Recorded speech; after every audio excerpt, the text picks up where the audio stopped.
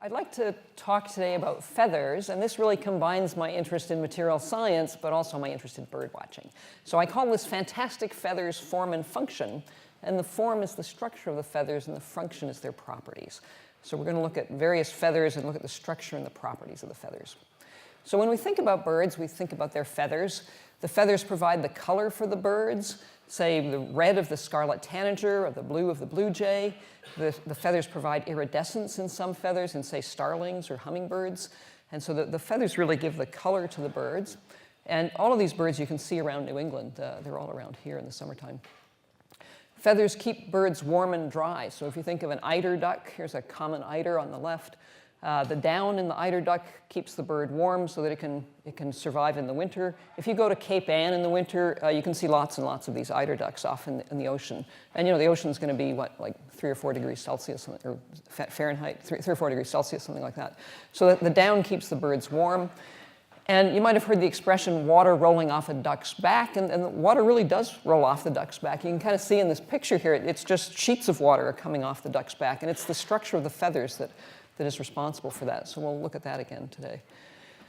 The feathers also provide the aerodynamic surface for flight. So the flight feathers have to be stiff and strong enough so that the birds can fly and maintain that aerodynamic shape to get enough lift to fly. And somewhat surprisingly, feathers are involved with sound. So some birds actually create sound with their feathers. This guy on the top, the club-winged mannequin up here, that's a male club-winged mannequin. And the thing he's doing is he's putting his feathers back together behind him like this, and he's beating his feathers together, and that makes a high-pitched noise. It makes this kind of noise.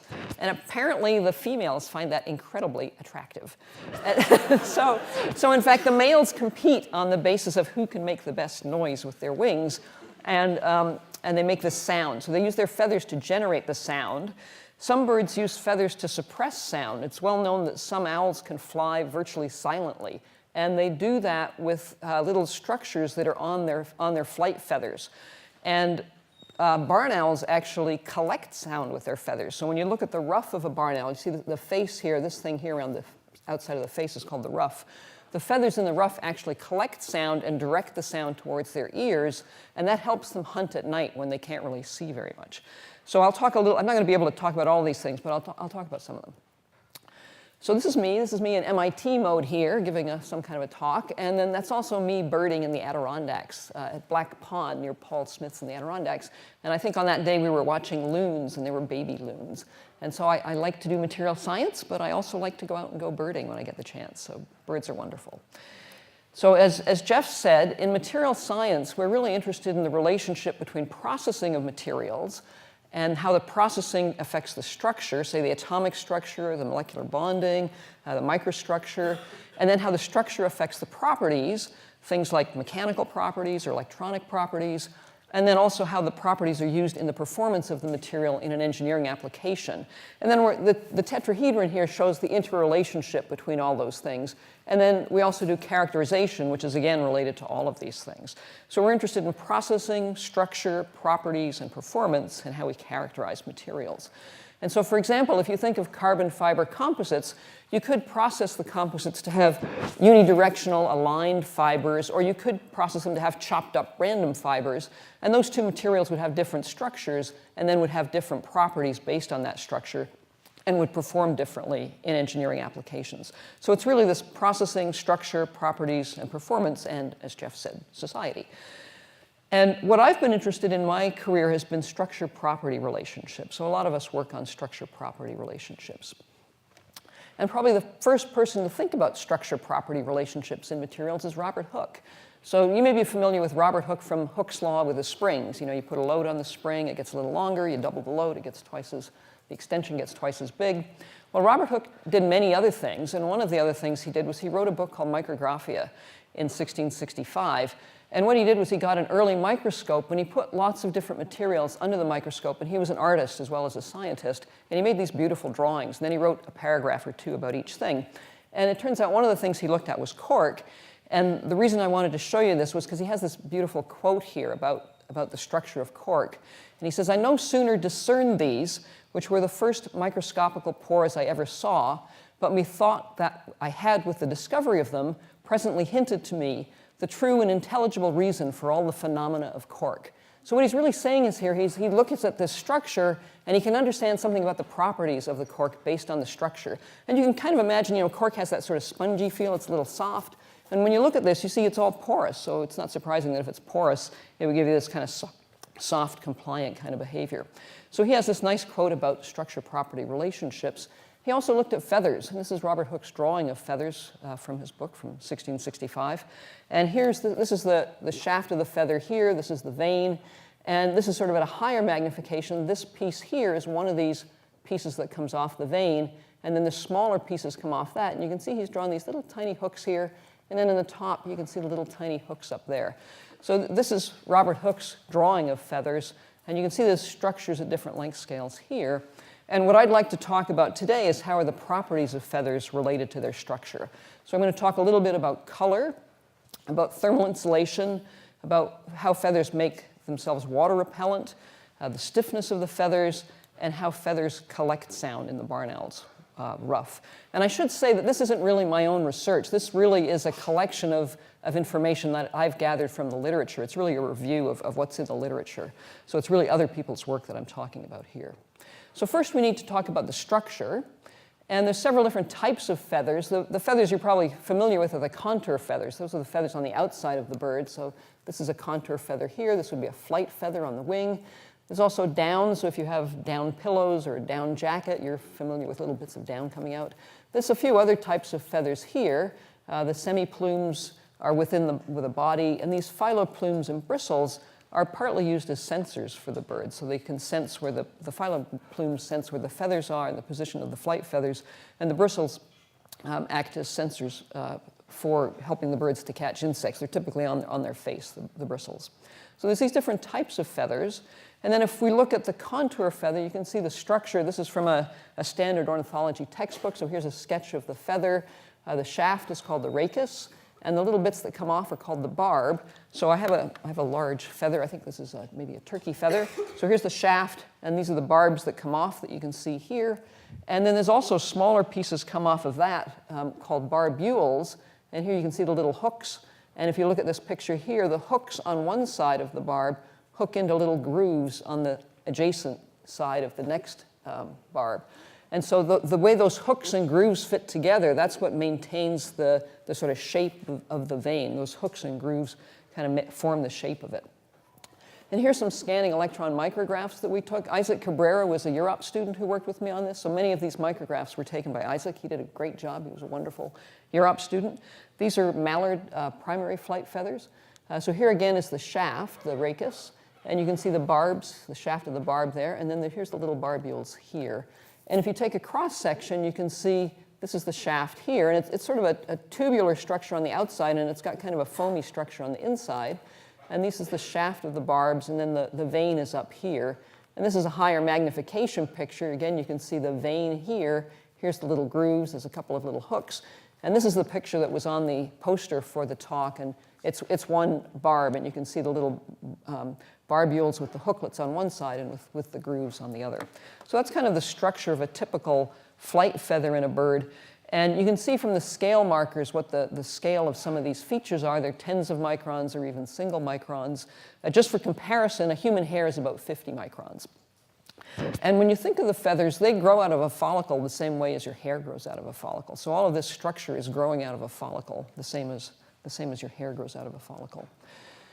I also want to talk a little bit about down. So here's the structure of down. Here's our little eider duck swimming along. And here's a single down feather. If we look at that in the microscope, this is one of the barbs, and these are the barbules. So you can see it's got a very different structure. It's much less organized than the contour feathers.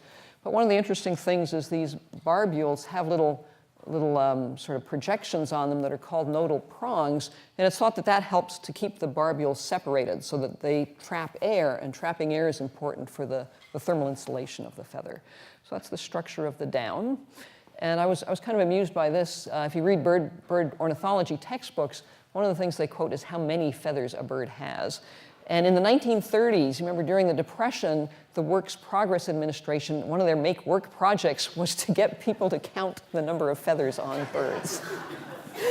So, ornithologists were hiring people to count the number of feathers, and it turns out that a robin has about 2,500 feathers on it, and a ruby-throated hummingbird has about 1,000, and a tundra swan has about 25,000.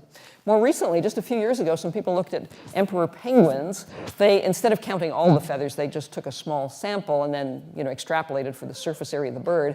But man, do they have a lot of feathers? Like really, 135,000 feathers. That's a lot of feathers. Okay, so I want to talk about the different properties, and let me start with the color. So as I mentioned, these are all birds that you can see in New England. Some of the color is from pigment. So when you paint the wall of your apartment or your room, the paint has pigment in it, and that reflects light of a certain color. But some of the color is structural color, and the iridescence is a structural color. So I want to talk about both pigmented color and structural color in birds. So just to remind you, color is light of different wavelengths, and this shows the visible spectrum. So the light that we can see has wavelengths between about 400 and 700 nanometers. Somewhat interestingly, birds can see ultraviolet light as well. They have a different cone in their eyes, and they can actually see ultraviolet that we can't see. So hundreds of nanometers is the wavelength of light. And if we think about pigment in feathers, there's lots of different pigments that give different colors. So one that you're probably familiar with is melanin. So black hair has melanin pigment in it. And blacks and grays are formed by a pigment called eumelanin. So here's a little herring gull. If there's a lot of the melanin and it's highly concentrated, you get black. If it's less concentrated and sort of distributed, you get grays. There's also a pheomelanin that gives you a sort of reddish brown. This is a cinnamon teal. You can see those out west in the States. There's carotenoid pigments that give you reds and yellows. So the scarlet tanager would have carotenoid here, and the red-eyed vireo would have the yellow over here. And owls often have this porphyrin pigment that gives you a rusty red or brown. So these pigments act just like any kind of pigment. They absorb white light, and which is composed of all the wavelengths, and then they emit and reflect a particular color.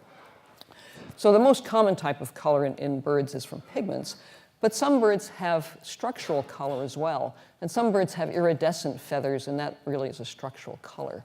So this slide here just shows some different natural examples of iridescence as well as oil on water. So this is a hummingbird, and you can see the feathers on the throat are iridescent. Lots of butterflies and moths have iridescent wings. It's very common for beetle cuticles, the shell, to be iridescent. And then this is just oil on water. And so these structural colors are a result of some structural feature in the material, and that feature has to be of a similar size to the wavelength of light. So here's the ruby-throated hummingbird. One of the characteristics of iridescence is that the color changes with the viewing angle. And you can see here, when you see the ruby-throated hummingbird dead on, it does look ruby-throated. It's got this red. But when it turns around, it's the same species of bird. It looks sort of a greenish-black color. So the color that you see depends on the viewing angle. And that's typical. That's a typical characteristic of iridescence. One of the things I like about the word iridescence is it comes from the Greek god Iris, and Iris was the personification of the rainbow. So it seems appropriate that if the color changes with the viewing angle and you get different colors, iridescence is based on the god for the rainbow. And Iris was also the link between the gods and the natural world. So one thing we need to understand iridescence is waves that are out of phase and in phase. And I suspect most of you are aware of this.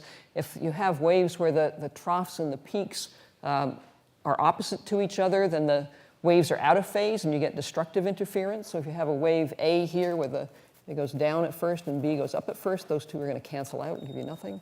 If you have waves where the troughs and the valleys match up perfectly, you're going to get constructive interference, and you get a resulting wave with the same wavelength but a bigger amplitude.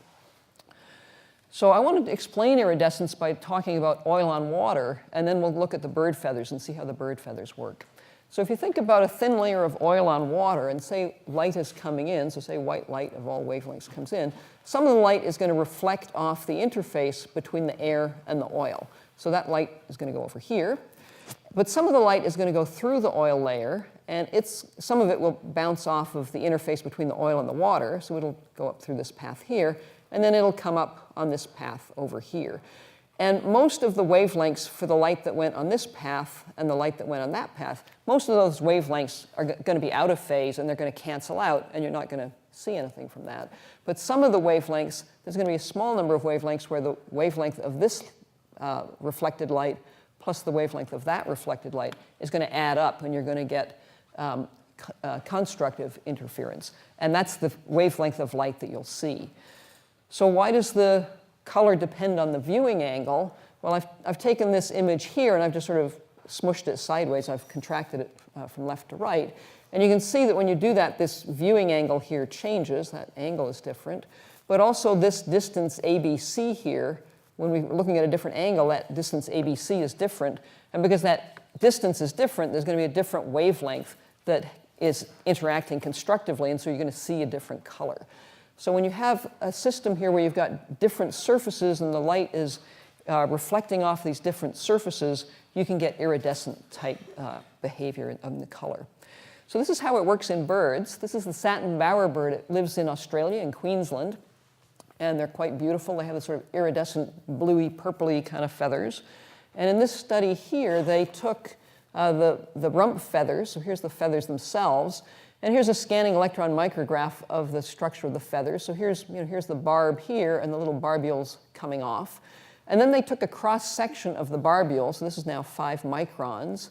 And this is what the barbule looks like. And these little black dots are all melanin pigment. And then they looked at even higher magnification. So the little black dots are all the melanin pigment. And at the very top, there's a layer of keratin, which is what the feathers are made from, which doesn't have any pigment in it. And that's transparent. So that transparent layer of keratin there corresponds to the oil layer in the oil on water example. And here you've got a highly aligned layer of melanin granules, and that behaves like the water layer. So if I magnify that up a bit, that last image, you can see here's the transparent keratin layer up here, and here's this aligned layer of melanin pigment. And it works the same way as the oil on water. Some of the light reflects off the surface between the air and the keratin, and some goes through the keratin and bounces off the melanin layer. And there's going to be some of those wavelengths are going to add constructively, and that's the color of the light that you're going to see. And the thing that I found really amazing about this was just how thin that keratin layer is. It's 163 nanometers. So when you think of this, the bird is making this structure from a follicle, like our hair follicle, and it's making these structures. And to make this work, you have to have a thin layer of the transparent keratin. In this case, it's 163 nanometers. But you also have to have the melanin pigment lining up in a fairly aligned way, because you want to keep the thickness of that transparent layer more or less constant. So you need the melanin to be highly organized as well. So it's kind of stunning that the feathers have this structure on the order of hundreds of nanometers. This is another example. This is the shiny cowbird, and here's the cross-section of one of its barbs. It works the same kind of way. You can see the little black dots here are the melanin layer, and again, it's quite aligned, and there's a thin, transparent layer of keratin just above that, so it works the same way. And in this case, the transparent outer layer of keratin is 84 nanometers thick. It's even thinner. And this is another type of hummingbird called the black-chinned hummingbird. And you can see it's got an even fancier structure. So this, again, is the cross-section of a barbule, but it's got these little kind of almost plate-like pieces with melanin lined up in the middle of each plate, and it's got multiple layers of the melanin. So the light must be going, reflecting off these different layers and reaching down into the depth of it to different extents and reflecting off them. And I think that's why the hummingbirds have this really spectacular kind of iridescence that you can see. So it's really these structures on the sort of hundreds of nanometer length scale that give rise to the iridescence in the bird feathers. So that's the color and the structural color. Next, I wanted to talk about thermal insulation and how the feathers insulate the birds. So there's a number of birds that live in either the Arctic or the Antarctic. The snowy owls live in the Arctic, and the emperor penguin lives in the Antarctic. And they manage to survive even though the temperatures get very cold, and it's very low temperature in the Antarctic and the Arctic. And some of these birds stay there all winter long. Some snowy owls stay in the Arctic all winter long, and emperor penguins stay in the Antarctic year-round. So they manage this by the insulation of their down. And these are some birds that live in New England and stay in New England in the winter. So if you have a feeder out in your backyard, you would see cardinals or black-capped chickadee. The black-capped chickadee is the state bird of Massachusetts. And these birds stay here too. And one of the things that allows them to stay is that they'll eat seeds and they can find things to eat. The thing that drives birds to migrate isn't the cold, it's whether or not they can get food. So any bird that eats, say, just insects, so warblers typically eat mostly insects, or swifts and swallows eat insects. If you eat insects and there's no insects in the winter, you've got to leave. So the thing that makes them leave is really whether or not they can get something to eat. It's not really the cold. So it turns out that their down is enough to keep them warm, and they can keep warm. So this is a comparison between between eider down, so this is a piece of down in the structure of the down, and a polyurethane foam that might be used for insulation. So here's the foam, and here's what the cell structure looks like. And one of the things to notice is even though the structures look a bit different, the down is about 1% solid and 99% air. And the spacing of the barbules, those little fibers there, is about 100 microns or a tenth of a millimeter. And if you look at the foam, it's about 3% solid, 97% air. And the pore size on the foam is about 1/4 of a millimeter. So there's some similarity in the amount of air and the size of the spacing between the elements. Just a little kind of review of heat flow and how heat flows through materials. Heat can flow by conduction. So if you stick a steel rod into a fire, it gets hot by conduction. Heat can flow by convection. Hot air rises just due to density differences. So here's the convection. And heat can flow by radiation as well. So we'll look at each of those and how it works in the feathers and also in the foams. So if we think about thermal conductivity is a property of the material. And here's the thermal conductivity of a range of materials. Here's air, it's about 0.025 in these units of watts per meter K. Keratin is the feather material, it's about 0.2. Polyurethane is similar, about 0.25. Water is about 0.6. That's why you get cold if you get wet. It's got a higher conductivity than air. And copper is something like 400. So there's a huge difference in range here. So air is actually a pretty good thermal insulator. It does not conduct heat very well. And if you look at the down feathers, they're about 99% air. So that if they're 99% air and the air has a low conductivity, that's going to help insulate the bird. And then they're about 1% of the solid keratin. So just having a lot of air trapped in the down, and partly it's trapped by those nodal prongs I showed before, that really helps reduce the conduction and increase the insulation. If we look at the other mechanisms, and one way to think about it is to look at how it works in foams. If you think of heat flow in foams, you can have heat flow by convection. So the warm air is going to rise, the cool air is going to fall, and you would get a convection current set up. But it turns out that there's also friction between the airflow and the walls of the cells. And because there's airflow along the wall, you get some friction. And if the pore size is small, the friction suppresses convection in foams. And it turns out if the pore size is less than a few millimeters, you can suppress the convection. So in foams, convection is not very important. And if you think about heat flow by radiation in foams, say you had a hot side over here, a hot temperature over there, and a cold temperature over there, at each of these cell walls, the radiant heat is going to be, some of it's going to be absorbed and reflected. So the smaller the pores, the more times the heat's absorbed and the less heat is transmitted. So the small cell size tends to reduce the heat flow from radiation. And so similarly in the birds, in the feathers, in the down, the conduction is reduced by having a high volume fraction of low conductivity air, and the convection and radiation are reduced by the small spacing of the barbules. So the structure of the down is partly responsible for the low thermal conductivity and the high insulation value. We can do a few little sort of back of the envelope type calculations.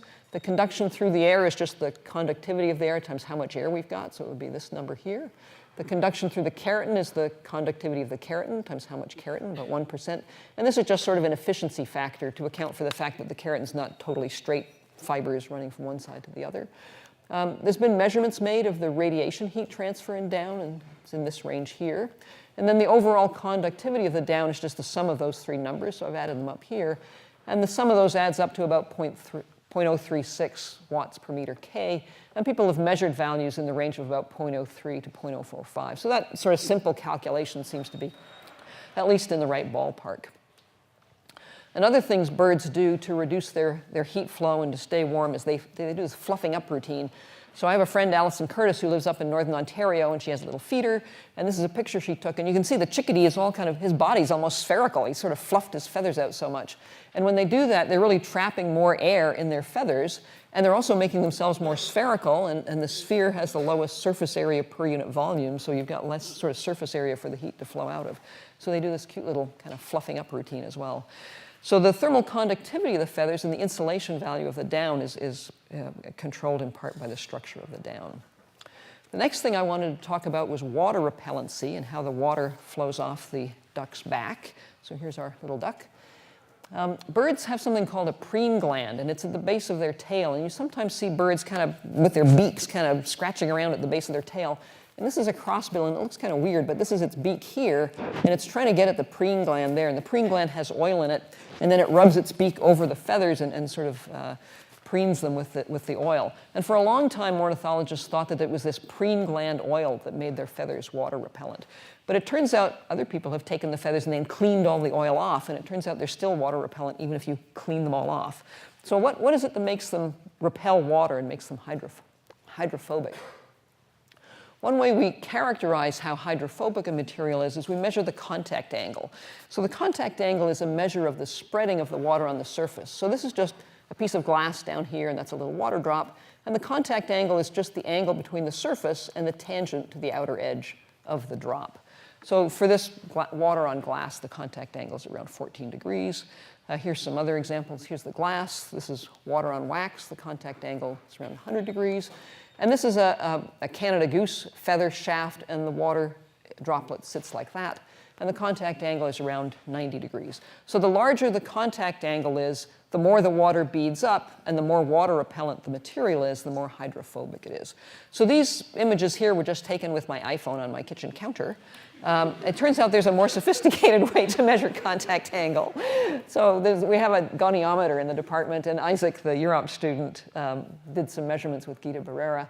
So it's just hard to see the drop here, so that's why I use the other ones as well. So here's some measurements of the contact angle. For glass, water on glass is about 7 degrees. Water on paraffin is about 109. And on a Canada goose shaft, it's about 102. So you can see partly these different surfaces, these different materials have a different contact angle and a different amount of hydrophobicity. So what is it about the material, what is it about the surface that makes them have, different materials have different contact angles? And it turns out materials have a surface energy. So imagine that you've got a nice little crystalline material here. If you're an atom in the bulk of the material, you're going to see bonds in all directions out here. But if you're an atom on the surface, you're going to see just bonds in some directions. There are no atoms on top of you. And so there's going to be some unbalanced bonds there. And there's a surface energy associated with that. Another way to think about this is if you have a material and you break it into two pieces, you form new surfaces, and it requires some energy to form those new surfaces. So materials have a surface energy, and materials that are more strongly bonded tend to have higher surface energies than ones that are more weakly bonded. So here's our example of the water on glass and the water on wax again. So the water is going to take up a shape that minimizes that surface energy. The surface energy of the glass is around 3 joules per meter squared. The surface energy of the water is about 0.072 joules per meter squared. So to minimize the surface energy, you want to have less glass and more water, so you want the water to spread out on the glass.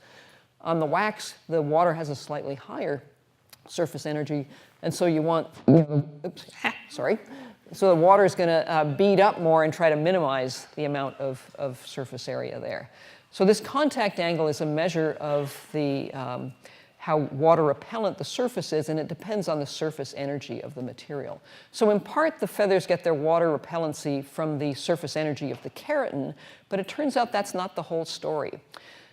In World War II, there were 2 scientists, Cassie and Baxter, who were interested in military greatcoats. They were interested in those British wool military greatcoats, and they wanted to make them more water repellent. And they realized that wool that these coats were made of was made up of fibers. They worked at the Wool Industries Research Association, which I think is an incredibly English kind of place to work. So anyway, they were trying to make these wool greatcoats more water repellent. And the thing they realized was that if you have just a solid surface, you're going to get a certain contact angle. But if you have parallel fibers, you might get a different contact angle. And what they realized was that the water droplet might bridge between 2 fibers. So imagine these are like parallel fibers. And they calculated an apparent contact angle for an array of parallel fibers, and they did that based on these surface energies. And they found that you could increase the contact angle if you got just the right spacing and diameter of those fibers. And then they went on, in this same paper, they went on and looked at duck feathers. And they measured for these, I think they measured the barbules, they measured the radius, and they measured the spacing. And there's this is a simplified version of their equation for the apparent contact angle based on the flat surface having a contact angle of 90 degrees. And they found that for typical values of this sort of radius and spacing of the feather barbules, for the typical values here, you could increase the contact angle quite significantly. So if you started at 90 for a flat solid surface, you could get something like 140 or 150, which is very high, very hydrophobic material. And this is some images here that just shows this. So this is our picture of the water droplet on the Canada Goose shaft, and you get an angle of around 90 degrees. So that's just from the surface energy of the shaft itself. But this is a water droplet on a pigeon feather, and this angle here is closer to 140 degrees. And you can see how the water beads up on that, and it's really controlled by the spacing and the radius of these barbules and barbs. So they measured, this is a study by Boryshchenko and his group, and they measured these much higher contact angles. And then, of course, I had to have Isaac do the same thing. So here's the contact angle on the shaft, about 102 degrees in the goniometer. And here's the same feather measuring the contact angle on the vane, and it's about 142 degrees. So partly the hydrophobicity, the water repellency, comes from the keratin and the surface energy of the keratin, but it also comes from the arrangement of the fibers as well and the structure of those fibers. And Cassie and Baxter have this lovely quote in their paper. They say, "It's sufficient to note that water rolls off a duck's back because of the structure of its feathers, rather than because of an exceptional proofing agent, and that man's attempt to make clothing with the water repellency of a duck should be directed to perfecting an appropriate cloth structure rather than, as at present, searching for an improved water repellent agent." And I noticed today's a rainy day, and if you wore your Goretex coat in today, many of those Goretex type fabrics have something called a durable water repellent coating on them. And that coating is based not quite on the duck structure, but on sort of having an array of little pillars. But the analysis of the water repellency of that is based on the same Cassie-Baxter kind of calculation. So people have engineered structures and engineered materials that make use of this Cassie-Baxter analysis to develop water repellent fabrics for clothing. Unfortunately, not in World War II, but they have managed to do it. I wanted to talk a little bit about flight feathers and the stiffness of flight feathers. When a bird's flying, the flight feathers bend and they twist as the bird maneuvers around. And if you've ever roasted a chicken, you can see in the skin there's little puckers where the feathers sort of are anchored in the skin. The flight feathers of birds are anchored in the bone, not in the skin. And this is a nice example of a mallard wing. Here's the bones of the wing. This is the humerus, and this is the sort of hand bone here, and you can see how these flight feathers are anchored into that bone. So you need the flight feathers that you're going to see big loads in flying need to be anchored somehow. Here's some more images of the flight feathers. So this is looking at the vane here. And I think the main point here I wanted to emphasize again is that the vane maintains its shape by having these little hooks on one side of the barb fit into the grooves on the other side of the adjacent barb. And so it's these really hooks and grooves that give the vane its integrity. And if you look at a flightless bird, like an emu, you can see that this is the rachis, the shaft on the emu, and these are the barbs, and these are the barbules. And they don't have the hooks, and they don't have the grooves. And it turns out if you don't fly, you don't need those. So the emu doesn't have those hooks and groove structures. This is a series of cross-sections of the feather shaft.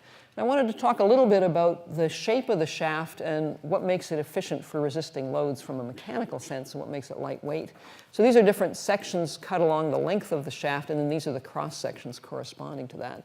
And you can see as you go from the base here to the tip, the size of the cross section diminishes, and also you can see that we've got kind of a square tube of solid material on the outside here. And this white stuff on the inside is a foamy kind of keratin, and I'll show you some better pictures of that in a little bit. So one question is, why does the size increase from the tip to the base? Why is it a square tube, and why is it filled with foam? So if you think about the feather and how it's loaded, if you think of a sort of side view of the feather here, there's some pressure from the air that's causing the lift. And then if you look at the top view, if you cut the feather right here, there'd be some outer area corresponding to this, and the force on the shaft at that point would just be the pressure times this little area here. If you cut it here, the force at that point on the shaft would be this area times the pressure, and so on. So as you go closer to the base of the feather, the forces increase on the feather and the bending moments also increase, and that means that the stresses increase. And so you want to have a bigger cross section to resist those larger stresses as you get closer to the base of the feather. So why is it a square tube? Why not some other shape? And why is it filled with the foam? Well, if you think about a square tube, it turns out the bending stresses and deflections depend on the moment of inertia. So I know some of you have taken 1801, and I know you talk about moments of inertia. And for a cross section, the moment of inertia is the integral of y squared dA. So say we measure y from the middle and go up there. So if we have a lot of material with a big y, we have a big moment of inertia. And that means that for a given weight, you've got a bigger moment of inertia than if you just had, say, a solid cross-section. So by having this square tube, you've got a bigger moment of inertia for a given mass than if you had a solid section. So this is a way of the feather reducing the weight for some given mechanical requirement. And similarly, for torsional loading, for twisting, the deformations and the stresses depend on the polar moment of inertia, and it's a similar thing. Putting material on the outside of the structure helps do that. So the square tube is efficient mechanically in terms of resisting loads at a low weight. And then why is the shaft filled with foam? Well, you could just have a hollow tube, and if you have a hollow tube, think of having a drinking straw. If you bend a drinking straw, you can get that kind of kinking kind of failure. If you put foam in the middle, it helps to prevent that kind of kinking failure. And this is very common in natural structures. You see this in grasses, you see it in porcupine quills, you see it in a lot of natural structures. And this is a better micrograph showing the foam. So the foam helps increase the load to cause kinking, and also it provides some thermal insulation and prevents some heat loss. So this is sort of I wanted to explain why the cross-section changes in size from the tip to the base, why it's square, and why it's a foam-filled tube. And all of these things really have a mechanical reason for them. The last thing I wanted to talk about is how owls use their ruff to collect sound. So the ruff is this outer sort of dark brown feathers that are out here. And here's our little barn owl. You can see barn owls around New England. So people have done various experiments with the barn owls. For some reason, they focus on barn owls. One experiment they've done is they take a totally blackened room, and I didn't make this totally black because it'd be nothing to see, it'd just be a black box. But imagine there's no light at all. They've blackened out all of the light. They then put dead leaves on the floor of the room. They then put a little owl on a perch in the room, and then they release some little unsuspecting mouse into the dead leaves. And yeah, you can imagine what happens. This is what happens. So owls can catch things in total darkness. They can catch little voles under the snow. They don't have to see things to catch them. And they do it all by their hearing. So what is it about their hearing? Well, there's a few things that are different in owls. So owl skulls are asymmetric. So here's a long-eared owl skull. Here's one side here. You can see that is different from this side here. And it turns out owls' ears are at different heights on their skulls. So the owl, I don't know exactly where the ear is, but it fits into here somewhere. And their ears are at different heights on their skull. This is a whole skull, a northern saw-whet owl. And you can see the skull is asymmetrical. And again, it's got ears at different heights. Oops, sorry, I must have hit the wrong button. And barn owls also have, the left ear is higher than the right ear. So one thing that's different is their ears are at different heights on their skulls. Turns out that's not the only difference. They also have a difference in these ruff feathers. So if I took a feather from the top of the head that's not on the ruff, it would look like that, just a regular contour feather. These white feathers inside the ruff are called auricular feathers, and all the little circles are just some artifact on the stub that the feather's on.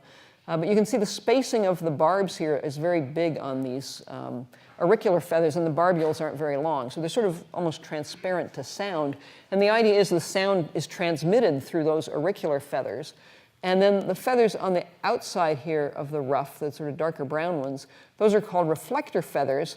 And you can see here the barbs and the barbules are packed very tightly, and those actually do reflect the sound. These are similar pictures, just at a slightly higher magnification. So the sound transmits through these ones and reflects at those ones.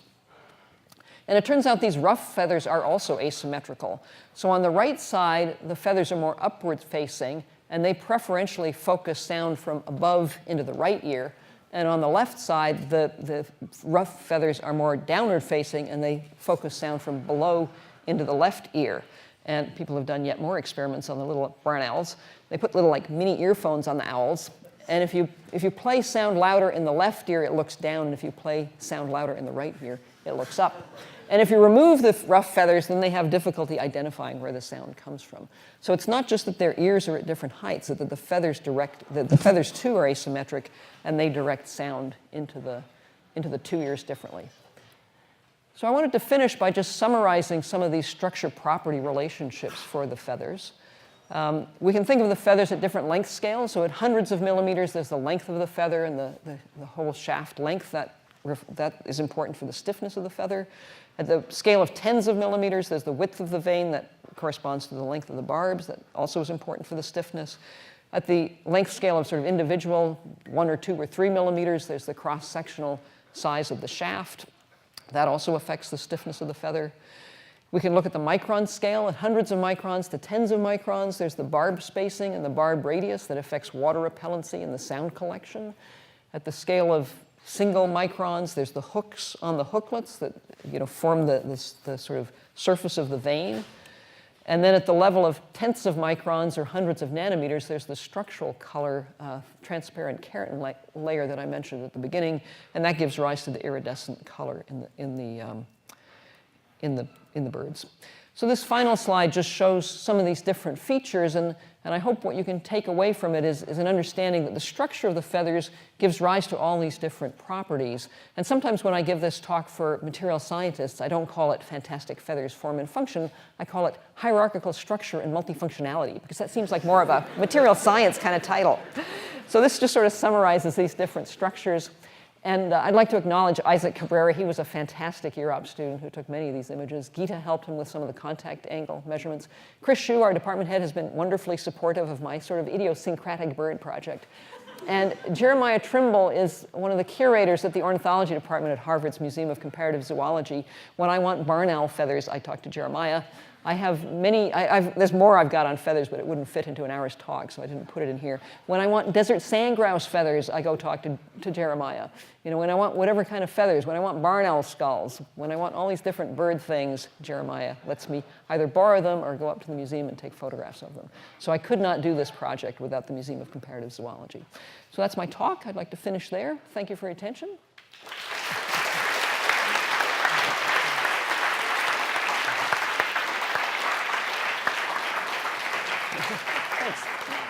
Thank you, Professor Gibson, for that outstanding talk. Although now I'm going to feel a little bit guilty eating my turkey in a couple of weeks. Don't worry about it. Well, not that guilty. I'm still guilty. Yeah. So we have time for a few questions before we go out to a reception. Do we have any questions in the audience? Aren't birds amazing? The feathers are amazing. It's totally amazing. Jeff Grossman. Lorna, that was a beautiful talk. Thank you. And I'm sure no owls were harmed. That's what they say. But so, at least not at MIT. As I said, I didn't do any of these experiments. I'm reporting what other people did. But my question actually is on the last one. How does the rough feather reflect the sound? What's the structure? So I think it's denser. I think, yeah, it's just like a dense, solid. Well, I think it's both. It's denser, so it reflects the sound, but they're oriented differently on the two sides of the head, so that sound from one side reflects into the sound from below reflects preferentially into one ear, and the sound from above reflects preferentially. So I think it's a combination of sort of the density of the barbs and the barbules, and then which way it's facing. Birds are amazing. Feathers are amazing. Why doesn't a woodpecker get? I have a video on that. You can watch my video. That was a plant. He's a plant. Anyone else? Yes. Jennifer? Yes, thank you very much for my introduction, Lorna. So I was wondering on feathers, were some of the structures adapted to energy storage electrics?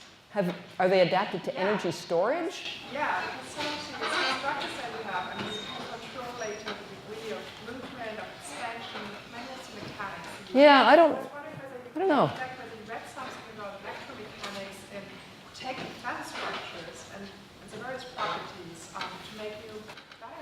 Yeah, I haven't thought about that, but the feathers do have, I didn't really talk about this, but most of the feathers are anchored in the skin, the flight feathers are anchored in the bone, but there's little muscles around them so they can control the position of the feathers. And I said there's those, what do they call, phyloplumes that are like little sensors, so they're sort of adjacent to the flight feathers, and if the feather goes here, this guy moves a little bit, and there's a little sensor that kind of picks that up and says, no, back over here. So they can control the sort of position of the feathers. So I don't quite know a good answer to your question, but they can control the position of the feathers to some extent. And like I said, the down, they can kind of fluff up the feathers and make it hold more air. Yeah, we can talk more. Yeah. Anyone else? Yes? You mentioned briefly that birds see into the UV. Yeah. So is there evidence of structures in bird that would provide, say, color in the UV? So people have actually studied this. So we have cones in our eyes, and we have 3 cones. They're sort of a blue, green, red, if I got that right. I think that's right. And birds have a 4th one. They have this UV cone. And people have done studies where they use spectrometers, and they put light on a feather, and then they measure the wavelengths of the light that are reflected, and they can, I'm pretty sure that they see light, you know, some of the light is reflected in the UV range. So you can make measurements of this, but you know, we can't see it with our eyes. So if we could see UV, birds would be a lot more colorful. Well, I think there's colors in the birds that they can see that we can't see. Yeah, yeah. Yes? Application question is that, so we obviously see that the bird feathers are fantastic. Is there any like engineering application that they try to mimic the structure to give the rise of new functions? Well, you know, I mentioned the water repellent structures on fabric. That's one example. You know, looking at, I mean, these engineers have figured out these lightweight structures in terms of the mechanics in other ways, but the feathers do have that. You know, I think people are looking at ways of making structural color. So birds are not the only example, but the feathers are one example of how you could make structural color. So there's things that you could learn from the birds, I think. One of the things is, for example, for astronauts, like the heat insulation is one of the big issue. Right? So if the feathers like provide so much insight, then why haven't we started designing like spacesuits that like resemble? Spacesuits with sort of down-type insulation? Is that what you're meaning? I thought they were mostly worried about the entire spaceship, and they have sort of ceramic, almost like fiber-ish materials that they use for that. The heat shield on the like the shuttle, but it's not based on feathers. Anyone else? Kirk, what are you doing back there? I'm learning about feathers. There you go. So my question is, it seems in the barn owl that's a very efficient sound collecting mechanism that ought to be available to mammals. Does fur offer any of the same qualities as feathers in terms of sound collection? Fur is pathetic compared to the feathers. Fur is pathetic. Although Pecco's not here, but she would tell you about otter fur and how it repels water too. But I don't know. I'm not aware of anything on fur that would, you know, let an animal collect sound the way the feathers do on the barn owl.